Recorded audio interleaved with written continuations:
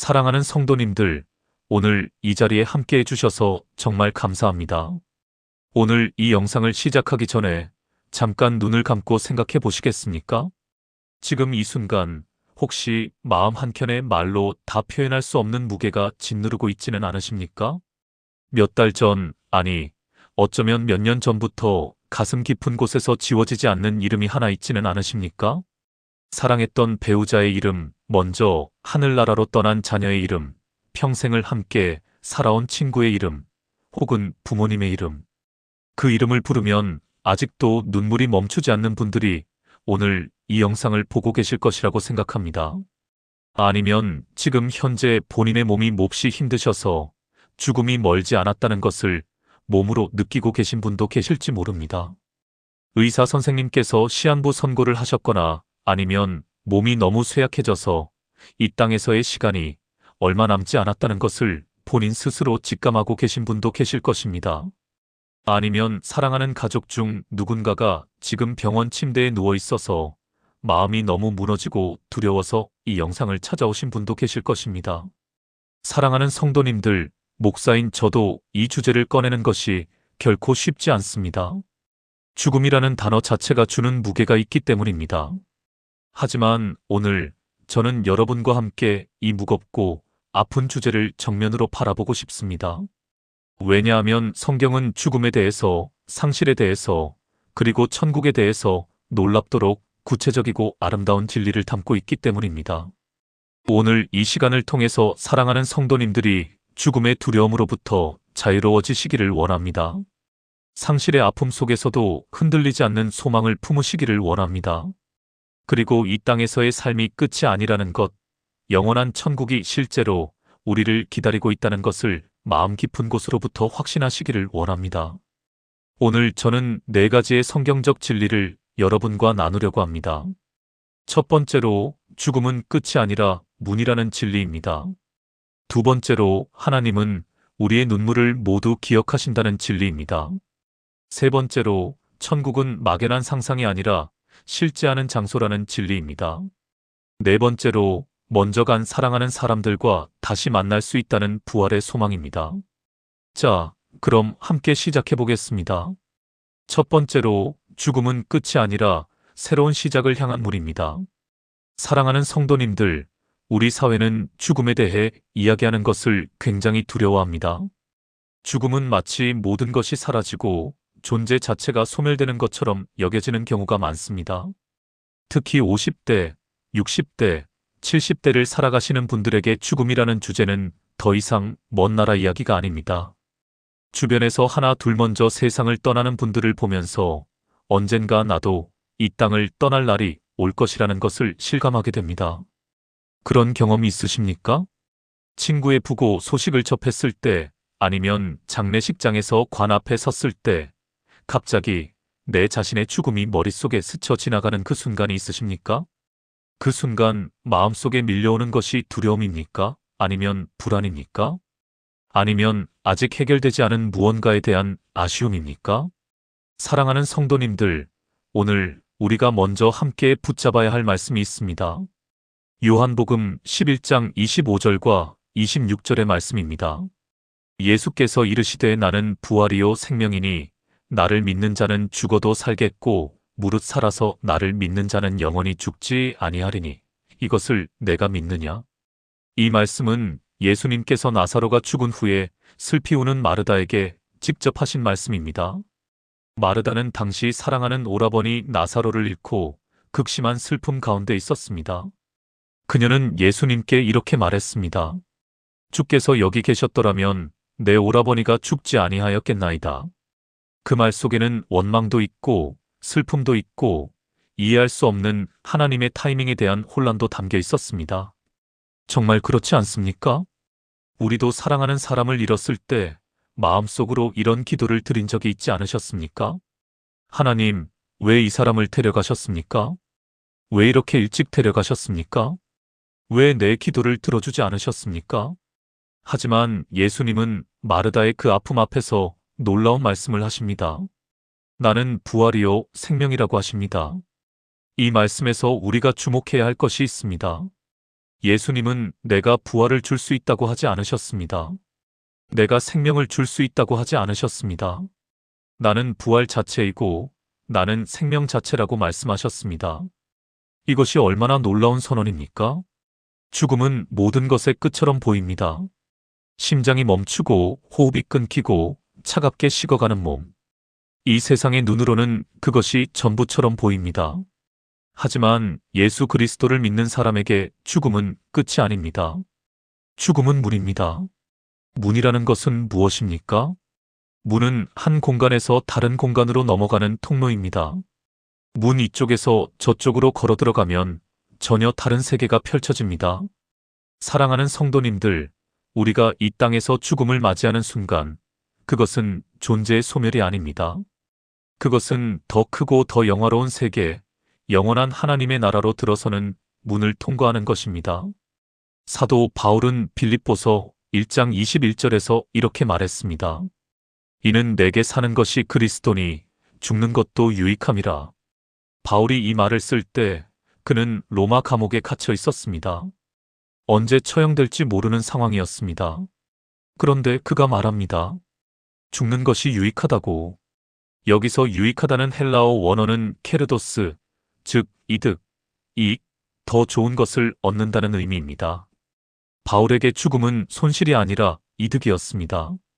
왜냐하면 죽음 이후에 기다리고 있는 것이 이 땅의 살보다 훨씬 더 크고 아름다운 것임을 그는 알았기 때문입니다.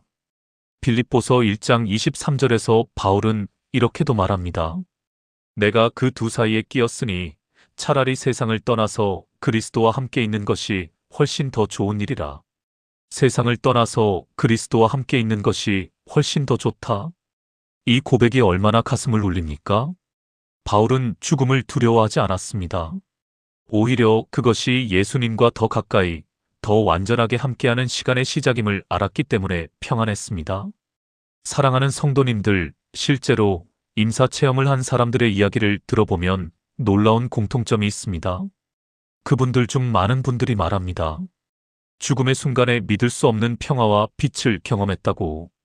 두려움이 아니라 해방감을 느꼈다고. 물론 이것만으로 천국을 증명할 수는 없습니다. 하지만 성경은 이미 수천 년 전에 이것을 선언했습니다. 죽음은 끝이 아니라 더 나은 곳으로 가는 문이라고. 혹시 지금 이 순간 죽음이 두려우십니까?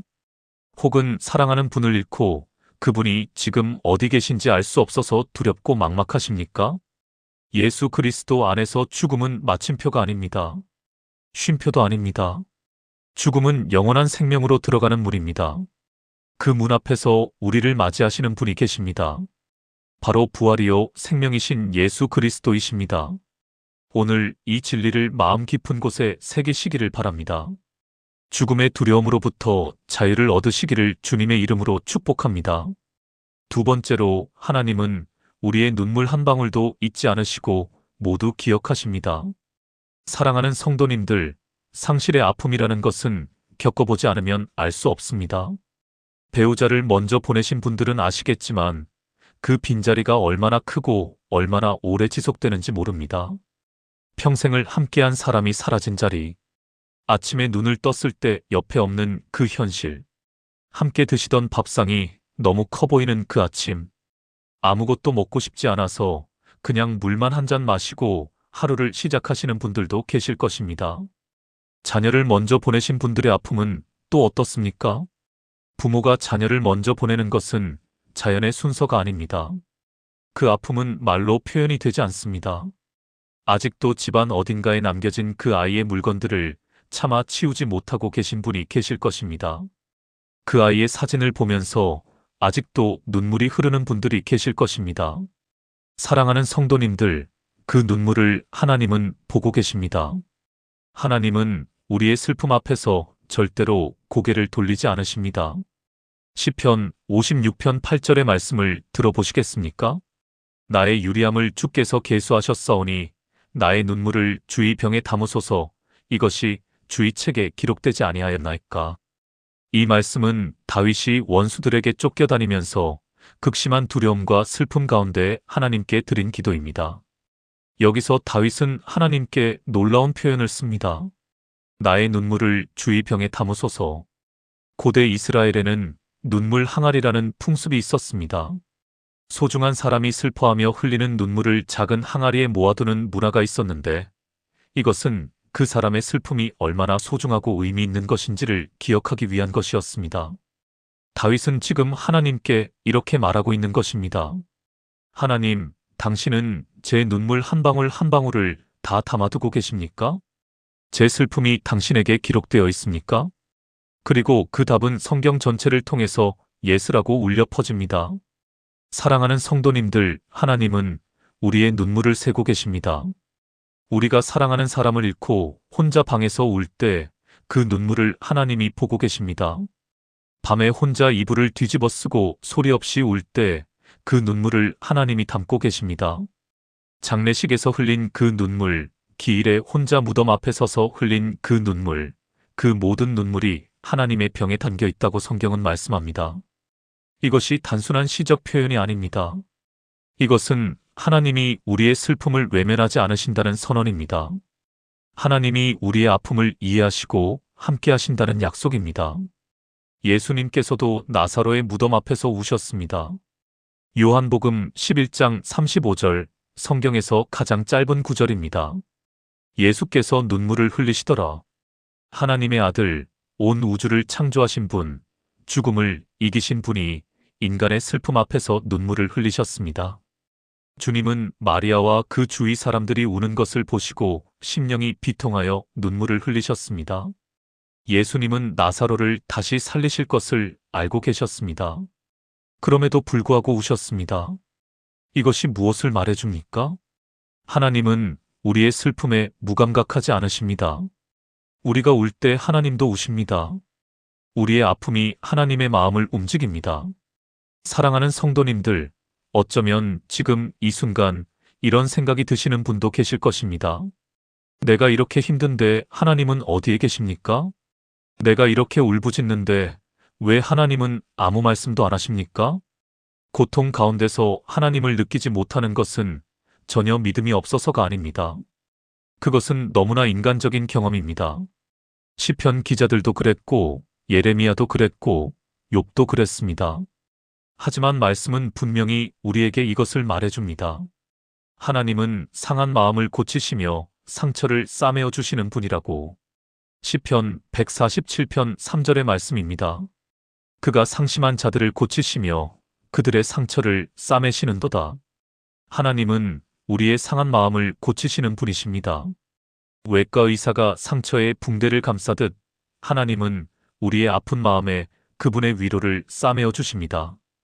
고린도후서 1장 3절과 4절에서 사도 바울은 이렇게 말합니다. 찬송하리로다. 그는 우리 주 예수 그리스도의 하나님이시요 자비의 아버지시요 모든 위로의 하나님이시며 우리의 모든 환난 중에서 우리를 위로하사 우리로 하여금 하나님께 받는 위로로서 모든 환난 중에 있는 자들을 능히 위로하게 하시는 이시로다. 모든 위로의 하나님. 이 얼마나 놀라운 표현입니까? 하나님은 위로의 하나님이십니다. 위로가 그분의 성품입니다. 위로가 그분이 우리에게 하고 싶으신 것입니다. 사랑하는 성도님들, 지금 이 순간 상실의 아픔 가운데 계신 분들이 계십니까? 눈물이 마르지 않는 분들이 계십니까? 그 눈물을 하나님은 병에 담고 계십니다. 그 슬픔을 하나님은 외면하지 않으십니다. 그리고 그분은 모든 위로의 하나님으로서 반드시 우리를 위로하실 것입니다. 제가 목회를 하면서 많은 슬픔을 겪으신 분들을 만났습니다. 남편을 떠나보내고 거의 반년 동안 밥을 제대로 드시지 못하셨던 권사님이 계셨습니다. 그분이 어느 날 제게 이렇게 말씀하셨습니다. 목사님, 어느 날 새벽 기도를 드리는데 갑자기 마음이 따뜻해지면서 이상하게 울음이 그쳤어요. 뭔지 모르지만 하나님이 안아주시는 것 같았어요. 설명은 못하겠는데 그날 이후로 조금씩 밥을 먹을 수 있게 되었어요. 사랑하는 성도님들, 하나님의 위로는 설명할 수 없는 것입니다. 빌립보서 4장 7절의 말씀처럼 모든 지각에 뛰어난 하나님의 평강은 논리로 설명되지 않습니다. 그것은 경험하는 것입니다. 그리고 그 경험이 가능한 이유는 하나님이 실제로 우리 곁에 계시기 때문입니다. 오늘도 그 위로의 하나님이 사랑하는 성도님들 곁에 계심을 믿으시기 바랍니다. 그분은 여러분의 눈물을 담으시는 분이십니다. 여러분의 슬픔을 아시는 분이십니다. 그리고 반드시 위로하실 분이십니다.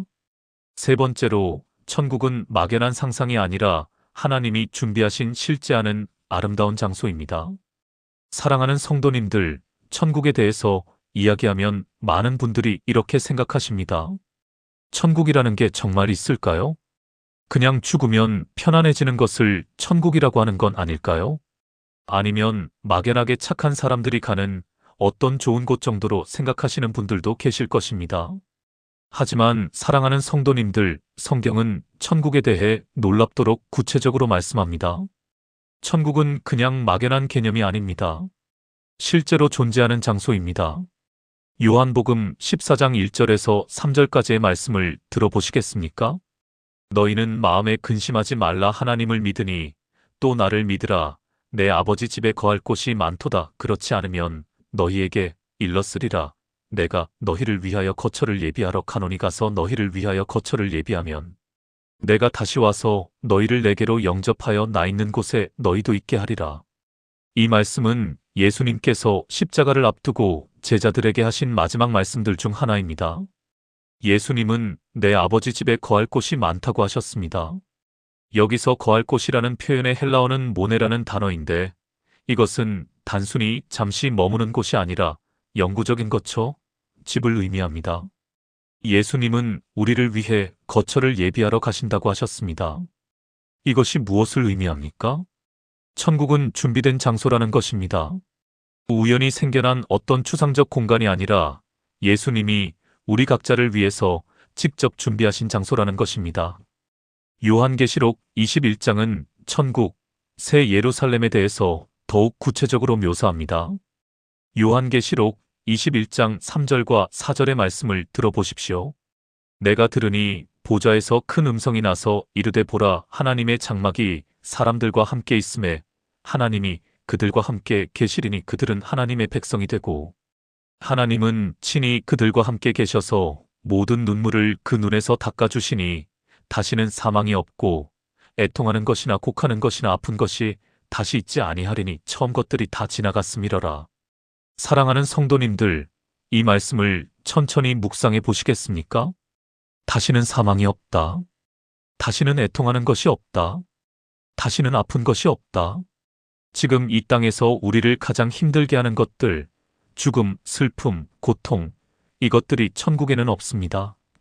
완전히 영원히 없어집니다. 그리고 가장 감동적인 것은 무엇입니까? 하나님이 친히 모든 눈물을 그 눈에서 닦아주신다는 것입니다. 하나님이 직접 우리의 눈물을 닦아주십니다. 하나님의 손으로, 하나님의 손길로 우리의 눈에서 눈물을 닦아주십니다. 이 장면을 상상해 보십시오.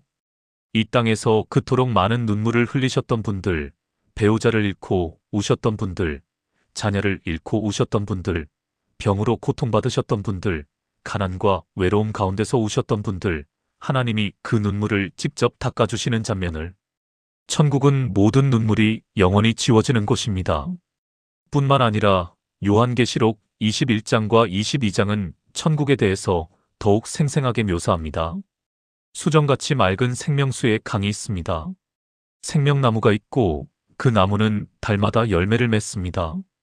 하나님의 영광이 태양처럼 빛나기 때문에 따로 해와 달이 필요 없습니다.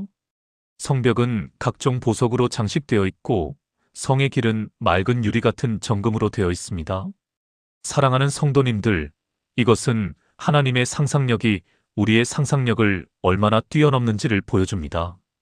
우리가 이 땅에서 경험하는 가장 아름다운 것들, 가장 맑은 물, 가장 아름다운 꽃, 가장 밝은 빛, 이것들이 천국의 아름다움에 비하면 그림자에 불과하다는 것을 성경은 말씀합니다. 고린도전서 2장 9절의 말씀을 기억하십니까? 기록된 바 하나님이 자기를 사랑하는 자들을 위하여 예비하신 모든 것은 눈으로 보지 못하고 귀로 듣지 못하고 사람의 마음으로 생각하지도 못하였다 함과 같으니라. 눈으로 보지 못하고 귀로 듣지 못하고 마음으로 상상도 못할 것을 하나님이 우리를 위해 예비해 두셨습니다. 천국은 지루한 곳이 아닙니다. 천국은 아무것도 없는 텅 빈 공간이 아닙니다. 천국은 우리의 상상을 초월하는 아름다움과 풍성함이 있는 곳입니다. 그리고 가장 중요한 것은 그 모든 아름다움보다도 더 놀라운 것이 있다는 것입니다. 바로 하나님을 직접 뵙는 것입니다. 요한계시록 22장 4절에서 그들은 하나님의 얼굴을 볼 것이라고 말씀합니다. 이 땅에서 우리는 하나님을 믿음으로 섬겼습니다. 직접 보지 못하고 직접 듣지 못하면서도 믿었습니다. 하지만 천국에서는 하나님의 얼굴을 직접 볼 것입니다. 그분의 눈을 바라볼 것입니다. 그분의 목소리를 직접 들을 것입니다. 이것보다 더 큰 기쁨이 어디 있겠습니까? 이것보다 더 큰 영광이 어디 있겠습니까? 사랑하는 성도님들, 혹시 지금 이 땅에서의 삶이 너무 힘드십니까? 몸이 아프고 마음이 지치고 앞날이 막막하게 느껴지십니까? 이 땅에서의 삶은 영원하지 않습니다. 그러나 천국에서의 삶은 영원합니다. 그리고 그 천국은 막연한 꿈이 아닙니다. 예수님이 직접 준비하신 실제 장소입니다. 그 천국이 우리를 기다리고 있습니다. 그 소망을 붙잡으시기 바랍니다. 오늘 이 순간에도 예수 그리스도 안에서 천국의 시민권을 가진 자로서 담대하게 살아가시기를 주님의 이름으로 축복합니다. 네 번째로, 먼저 하늘나라로 간 사랑하는 이들을 우리는 반드시 다시 만날 것입니다. 사랑하는 성도님들, 이제 마지막 네 번째 진리를 나누려고 합니다. 어쩌면 오늘 이 영상에서 이 부분이 가장 많은 분들의 마음을 건드릴 것 같습니다. 먼저 세상을 떠난 사람들을 다시 만날 수 있을까요? 이 질문은 상실을 경험한 모든 사람들이 마음속 깊은 곳에서 품고 있는 질문입니다. 사랑하는 남편을 보내신 권사님, 사랑하는 아내를 보내신 장로님, 먼저 간 자녀를 잊지 못하는 부모님, 먼저 간 부모님을 그리워하는 자녀들. 사랑하는 성도님들, 대답은 예스입니다. 우리는 반드시 다시 만날 것입니다. 데살로니가전서 4장 13절에서 18절까지의 말씀을 들어보시겠습니까? 형제들아, 자는 자들에 관하여는 너희가 알지 못함을 우리가 원하지 아니하노니 이는 소망 없는 다른 이와 같이 슬퍼하지 않게 하려 함이라. 우리가 예수께서 죽으셨다가 다시 살아나심을 믿을진대. 이와 같이 예수 안에서 자는 자들도 하나님이 그와 함께 데리고 오시리라. 우리가 주의 말씀으로 너희에게 이것을 말하노니 주께서 강림하실 때까지 우리 살아남아 있는 자도 자는 자보다 결코 앞서지 못하리라. 주께서 호령과 천사장의 소리와 하나님의 나팔 소리로 친히 하늘로부터 강림하시리니 그리스도 안에서 죽은 자들이 먼저 일어나고 그 후에 우리 살아남은 자들도 그들과 함께 구름 속으로 끌어올려 공중에서 주를 영접하게 하시리니 그리하여 우리가 항상 주와 함께 있으리라. 그러므로 이러한 말로 서로 위로하라. 이 말씀을 주신 배경이 있습니다. 초대교회 데살로니가 성도들이 큰 슬픔 가운데 있었습니다. 그들은 예수님이 곧 다시 오실 것을 믿었는데 그 전에 사랑하는 성도들이 먼저 죽어갔습니다. 그래서 그들은 걱정했습니다. 이미 죽은 형제들은 예수님이 다시 오실 때 어떻게 되는 것입니까? 그들은 주님을 다시 만나지 못하는 것입니까? 그에 대한 바울의 대답이 바로 이 말씀입니다. 자는 자들에 관하여 소망 없는 자같이 슬퍼하지 말라. 여기서 자는 자들이라는 표현이 중요합니다. 바울은 죽은 성도들을 자는 자들이라고 표현합니다. 죽음을 잠으로 표현한 것입니다. 잠을 자면 어떻게 됩니까? 다시 깨어납니다. 그리고 바울은 말합니다. 예수 안에서 자는 자들도 하나님이 그와 함께 데리고 오시리라. 먼저 간 성도들을 하나님이 데리고 오신다고 하셨습니다. 그리고 주께서 강림하실 때 그리스도 안에서 죽은 자들이 먼저 일어나고 그 후에 살아있는 자들도 함께 공중에서 주를 영접하게 될 것이라고 말씀합니다. 이것이 무엇을 의미합니까? 우리는 먼저 간 사랑하는 사람들과 다시 만날 것입니다. 이 만남은 단순한 재회가 아닙니다. 부활한 몸으로, 영원한 몸으로 다시는 이별이 없는 곳에서 만나는 것입니다. 사랑하는 성도님들, 성경에는 이 부활과 재회에 대한 소망을 가장 잘 보여주는 인물이 있습니다. 바로 다윗 왕입니다. 다윗은 아들 밧세바와의 사이에서 태어난 아이가 병들었을 때 금식하며 기도했습니다. 그러나 아이가 결국 죽었습니다. 신하들은 다윗이 이 소식을 들으면 얼마나 슬퍼할지 두려워했습니다. 그런데 다윗은 아이가 죽었다는 소식을 듣자 일어나서 씻고 식사를 했습니다. 신하들이 의아하게 여기자 다윗이 말했습니다. 사무엘하 12장 23절의 말씀입니다. 지금은 그가 죽었으니 내가 어찌 금식하랴 내가 다시 돌아오게 할 수 있겠느냐 나는 그에게로 가려니와 그는 내게로 돌아오지 아니하리라. 다윗은 아이에게 돌아갈 수는 없지만 자신이 죽으면 그 아이에게 가게 될 것이라고 말했습니다. 이것은 다윗이 죽음 이후의 재회를 확신했다는 것을 보여줍니다. 사랑하는 성도님들, 먼저 간 사랑하는 분들도 마찬가지입니다. 그분들이 우리에게로 다시 올 수는 없습니다. 하지만 우리가 그분들에게로 갈 것입니다. 그리고 그 만남은 영원할 것입니다. 다시는 이별이 없는 그 만남이 기다리고 있습니다. 어쩌면 지금 이 영상을 보시면서 눈물을 흘리시는 분이 계실 것입니다. 너무나 보고 싶은 사람이 있으신 분이 계실 것입니다. 그분들이 그립고 그분들의 목소리가 생각나고 그분들의 손을 한 번만 더 잡아보고 싶으신 분이 계실 것입니다. 사랑하는 성도님들, 그 그리움을 소망으로 바꾸시기 바랍니다. 우리는 반드시 다시 만날 것입니다. 예수 그리스도 안에서 사랑하는 사람들과의 이별은 영원한 이별이 아닙니다. 잠깐의 이별입니다. 그리고 재회가 기다리고 있습니다. 영원한 재회가 기다리고 있습니다. 사도 바울이 말했습니다. 이러한 말로 서로 위로하라. 이 말씀이 오늘 사랑하는 성도님들께 위로가 되시기를 바랍니다. 이 소망이 흔들리지 않는 닻이 되시기를 바랍니다. 우리는 주 안에서 반드시 다시 만날 것입니다. 자, 이제 오늘의 말씀을 정리해 보겠습니다. 오늘 저는 죽음의 문턱이나 상실의 아픔 속에서 우리가 붙잡아야 할 영원한 천국의 소망에 대해서 4가지를 말씀드렸습니다. 첫 번째로 죽음은 끝이 아니라 영원한 생명으로 들어가는 문이라는 것입니다. 예수님은 나는 부활이요 생명이라고 하셨습니다. 그분을 믿는 자는 죽어도 살 것입니다. 두 번째로 하나님은 우리의 눈물 한 방울도 잊지 않으시고 병에 담으시는 분이시라는 것입니다. 그분은 모든 위로의 하나님이시며 우리의 상한 마음을 반드시 고치실 것입니다. 세 번째로 천국은 막연한 상상이 아니라 예수님이 우리를 위해 직접 준비하신 실제 장소라는 것입니다. 그곳에는 다시는 죽음이 없고 애통함이 없고 아픔이 없으며 하나님이 직접 우리의 눈물을 닦아주실 것입니다. 네 번째로 먼저 하늘나라로 간 사랑하는 이들과 우리는 반드시 다시 만날 것이라는 것입니다. 예수 그리스도 안에서 이별은 영원하지 않습니다. 부활의 소망 안에서 다시 만남이 기다리고 있습니다. 사랑하는 성도님들, 이 4가지 진리가 오늘 사랑하는 성도님들의 마음에 닷처럼 내려앉기를 원합니다. 죽음 앞에서 두려워하지 마십시오. 상실의 아픔 가운데서 소망을 잃지 마십시오. 천국이 우리를 기다리고 있습니다. 사랑하는 사람들과의 재회가 기다리고 있습니다. 그리고 무엇보다 하나님 자신이 우리를 기다리고 있습니다. 히브리서 11장 16절은 이렇게 말씀합니다. 그들이 이제는 더 나은 본향을 사모하니 곧 하늘에 있는 것이라. 이러므로 하나님이 그들의 하나님이라 일컬음 받으심을 부끄러워하지 아니하시고 그들을 위하여 한 성을 예비하셨느니라.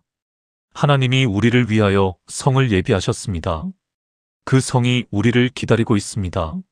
사랑하는 성도님들, 이 영상이 오늘 많은 위로가 되셨다면 아래 좋아요 버튼을 눌러주시고 지금 이 순간 상실의 아픔과 죽음의 두려움 가운데 계신 분들께 이 영상을 나누어 주시기 바랍니다. 이 메시지가 필요한 분들이 주변에 분명히 계실 것입니다. 그분들에게 이 영상을 보내주심으로써 하나님의 위로를 함께 나누어 주시기 바랍니다. 그리고 댓글로 오늘 이 말씀이 어떤 위로가 되셨는지 또는 기도가 필요하신 것이 있으시면 남겨주시기 바랍니다. 함께 기도해 드리겠습니다. 구독 버튼도 눌러주시면 앞으로도 말씀을 통한 위로와 소망의 메시지로 사랑하는 성도님들을 찾아오겠습니다. 오늘 이 영상을 보아주신 모든 성도님들께 진심으로 감사드립니다. 죽음의 문턱에 서 계신 분들, 상실의 아픔 가운데 계신 분들, 천국의 소망이 오늘 여러분의 마음에 실제가 되기를 원합니다. 두려움이 아닌 소망으로, 슬픔이 아닌 위로로 이 땅에서의 남은 날들을 아름답게 채워가시기를 주님의 이름으로 축복합니다. 예수 그리스도 안에서 우리의 이야기는 이 땅에서 끝나지 않습니다. 더 큰 이야기가 기다리고 있습니다. 더 아름다운 장이 기다리고 있습니다. 그날까지 믿음으로, 소망으로 달려가시기를 사랑의 마음으로 축복합니다. 아멘.